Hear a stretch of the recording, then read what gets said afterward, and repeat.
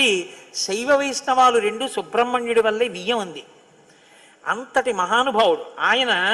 మహాజ్ఞాని, యుక్తకేశుడై గుండుతో గోచి పెట్టుకుని నిలబడి ఉంటాడు. అందుకే సుబ్రహ్మణ్య క్షేత్రాల్లో స్వామి వలయలో అలా నిలబడి ఉంటాడు. ఆయన ప్రణవానికి అర్థం చెప్తే పరమశివుడంతటి వాడు తెల్లబోయి, ఎంత గొప్పగా చెప్పావురా అన్నట్టు. నాన్నగారు అలా అంటే కుదరదు, ఇది ప్రణవరహస్యోపదేశం కదా, మీరు కూడా మడి కట్టుకుని వచ్చి శిష్యుడిగా కూర్చోండి చెప్తానన్నట్టు.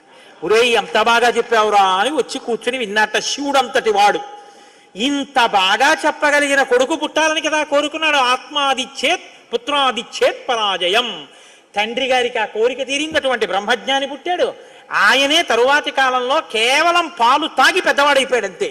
అయిపోగానే ఆయన్ని దేవసేనకి తీసుకొచ్చి పట్టాభిషేకం చేసేశారు. సేనాధిపతి అయిపోయాడు. తారకాసుర సంహారం చేశాడు. దేవతలందరూ సంతోషించారు. అమ్మ అందమంతా మూర్తి